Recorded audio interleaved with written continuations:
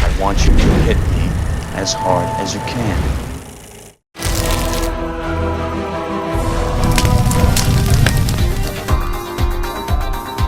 When people think of a Disney movie, they think of a pretty princess and her hero battling together to save their kingdom. Sometimes there are cute baby animals as sidekicks and a kindly old wizard or wise man to help them along. This isn't that kind of a movie.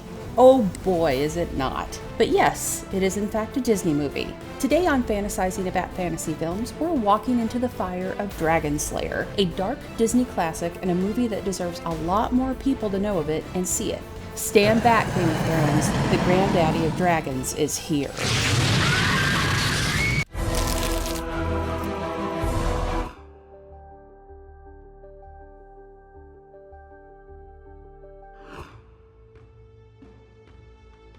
Dragonslayer, not surprisingly, was inspired by another Disney project, Fantasia, and the legendary Mickey Mouse segment, The Wizard's Apprentice. But that's really where the cute Disney touches end. The film was the brainchild of writers Hal Barwood and Matthew Robbins.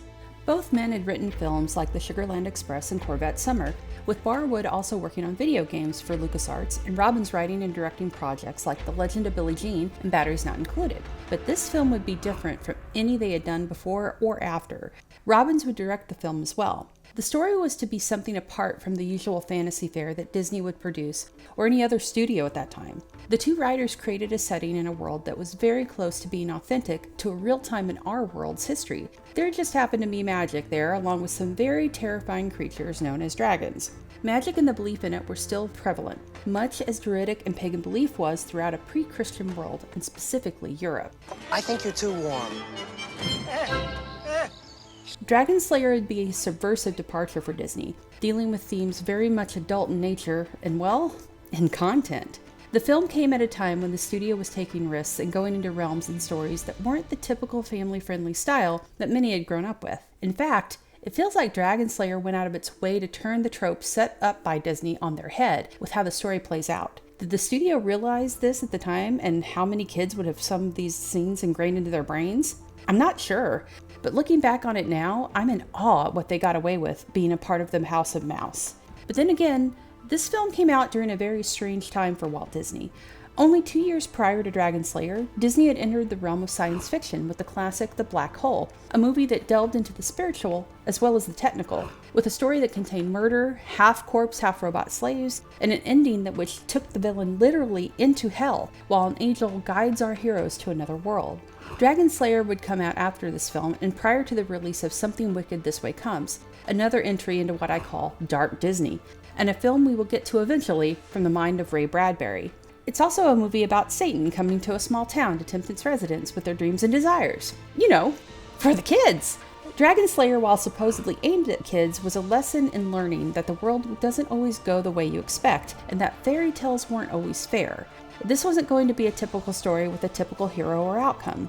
Instead, what the writers went for was a dirty, authentic, and strange parallel history that went against a lot of the rules and threw safety out the window.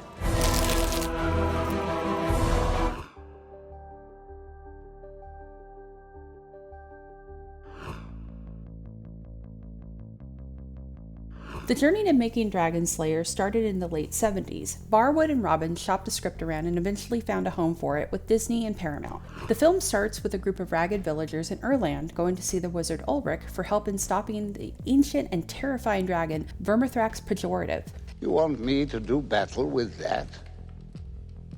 Who else can we turn to?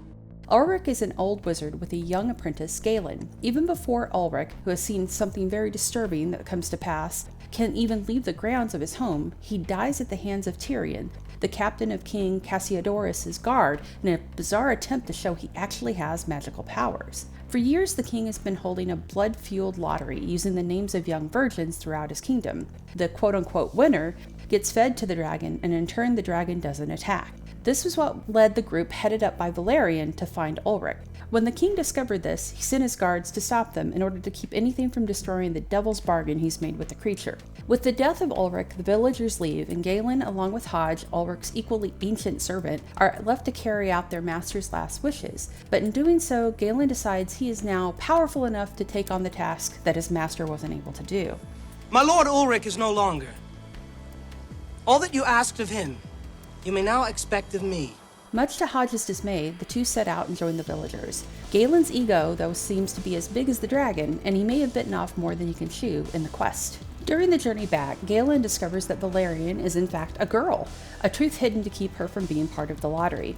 But also on the journey, Hodge is killed by Tyrion, something that Galen sees in a vision. His last words are an instruction to Galen, along with a pouch containing the ashes of the wizard. Find the lake! Throw it in!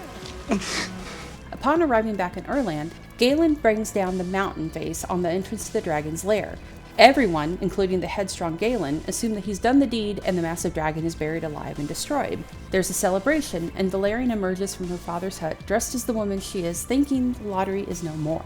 It is obvious that she and Galen are falling in love, but before there can be any more celebrating, Tyrion takes Galen away to the king, who confronts him about what he's done. He throws Galen into the dungeons, taking the necklace that is the source of magic he inherited from Ulrich. I think you're nothing but a boy. An apprentice.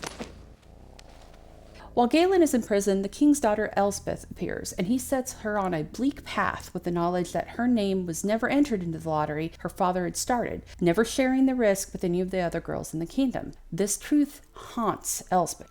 Vermithrax, the best name for a dragon ever, emerges from his lair, not defeated, but really angry. In a particularly horrifying scene, the dragon incinerates a holy man. For the kids! The lottery begins again, and the king has his own moment of horror when he realizes Elspeth has placed her name, and only her name, in the lottery pool. The name is Princess Elspeth Ulfilas. Because of this, he releases Galen and gives him back his necklace and begs him to kill the dragon and save his daughter. Valerian and her father, who is a blacksmith, help Galen get prepared for battle. The blacksmith forges Sicarius Dracorum, the Dragonslayer. It's a massive spear with one purpose. Valerian, meanwhile, gathers dragon scales and creates a shield of them for Galen in the hopes they will block the flames the dragon spews forth. She and Galen also admit their love for one another. Meanwhile, Elspeth is willingly being sacrificed to the dragon, and the captain of the guard is out to ensure this happens, even if it is obvious the king doesn't want it to be so. Galen appears and tries to save the princess who, instead of running away, runs into the den of the dragon. Galen and Tyrion fight to the death, with Galen following Elspeth. It's there he finds her being devoured by a group of baby dragons, while smaller than Vermithrax, no less dangerous. Galen battles Vermithrax and wounds him. He barely survives and the dragon is still alive. He's found by Valerian outside the lair. Valerian tells Galen they should simply leave the kingdom together and build a life away from all the death and tragedy. But before they leave, Galen realizes what his old master and Hodge meant with the words, burning water. They meant the lair of the dragon. That old trickster. The burning water. Lake of fire. Galen heads back to the lair and pours Ulrich's ashes into the lake of fire, bringing him back to life to at last battle Vermithrax. He tells Galen to destroy the necklace, and he will know when that time is to be. Ulrich and Vermithrax battle with lightning and fire, the dragon flying forth in a rage. Vermithrax snatches Ulrich in his claws, and it is then that Galen destroys the necklace. With the destruction of the necklace, Ulrich and Vermithrax explode, both at last dead.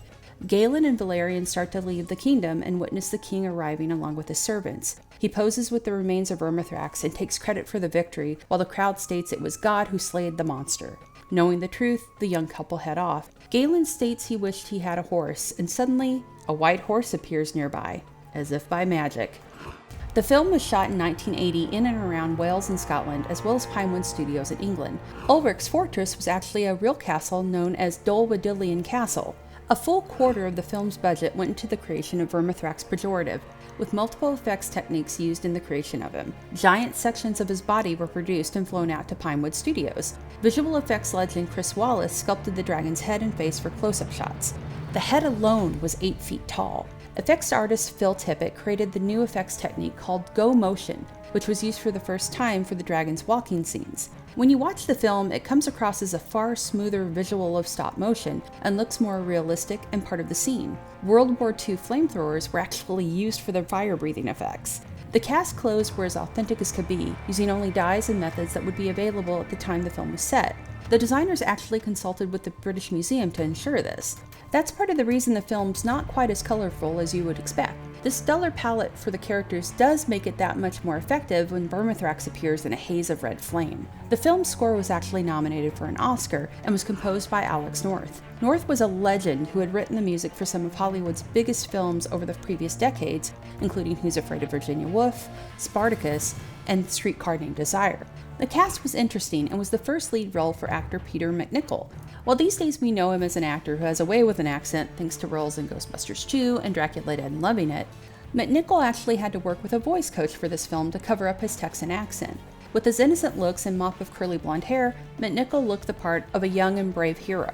I find it amusing that the film worked in a scene straight out of the Blue Lagoon, which had been a massive hit the year prior. Alongside MacNicol was the legendary Sir Ralph Richardson.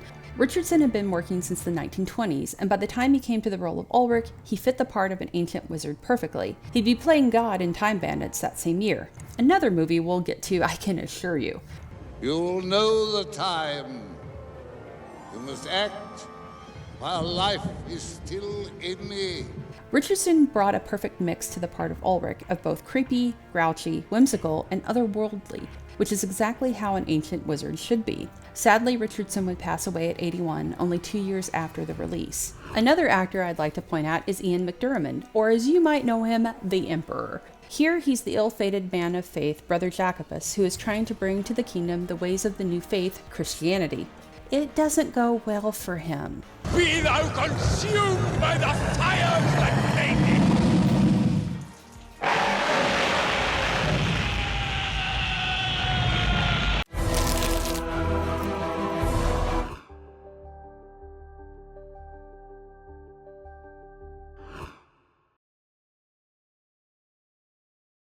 As you can see, the film was, as I said, very subversive when it came to what people were expecting. I mean, the princess is eaten by baby dragons. A Disney princess is eaten on screen. Her goddamn foot is chewed off on screen. So yeah, for the kids. That's not the only thing that makes this film stand out though. One big part of Dragonslayer is how it shows the rise of Christianity in a world that was very much based around beliefs in magic and paganism. We see the people who are being attacked go to magic for help against this creature that plagues them.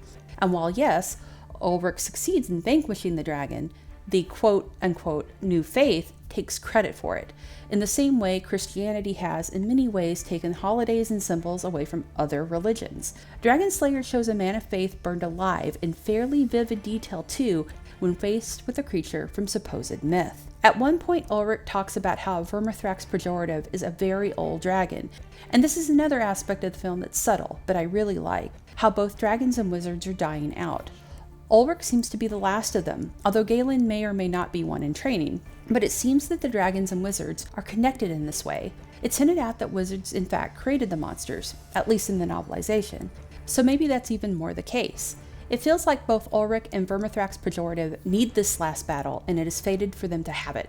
I like that idea of balance and this last bit of magic going out in a fiery blaze of glory. I keep coming back to the princess being eaten, because they ate her on screen. But also, the reason this happens is due to Galen just being a real prick. Galen is not a perfect hero, golden locks or no. He's full of himself, cruel at times, and he's who signs the death sentence of Princess Elspeth with his callous revelation of what her privilege has spared her. Eventually, Galen learns the hard way. He's not all that, but it takes a while and it comes at a heavy cost. Dragonslayer wasn't a hit when it was released, not even making its budget back. Part of this was due to the film having a hard time finding an audience. All of that blood and adult-centric action wasn't really kid-friendly, so it sort of floundered. There's not been much in the way of merchandising either, but there was a great book tie-in as well as a comic by Marvel based on the movie. A board game was released as well as a soundtrack with the Oscar-nominated score and a beautiful model kit. Over the years, the film has garnered a cult following, which is well deserved, and I think a lot more people should know about it and celebrate it. George R.R. Martin, a man who knows a thing or two about dragons, considered Vermithrax Pejorative one of the best dragons ever on film. And he's right. Vermithrax Pejorative stands out to this day as a beautiful piece of art. You can feel the evil rippling off him like waves of heat, and it's simply beautiful. It's not a typical fantasy film by any means, but it holds up to this day, along with a story that isn't afraid to go where others wouldn't, not pandering to expectations, and with imperfect heroes. Dragonslayer manages to be a bridge from the children's fairy tales towards the realms of adulthood. It does it in a way that's almost magical because they conjured forth a true and real dragon and brought it to life in a way that's never fully been matched. Thank you for watching our show. If you like what you see, please subscribe to our JoBlo Videos channel, tell your friends who like this sort of content, and turn on the bell to receive notifications for all of our latest videos. We're an independent company, and we appreciate all of your support.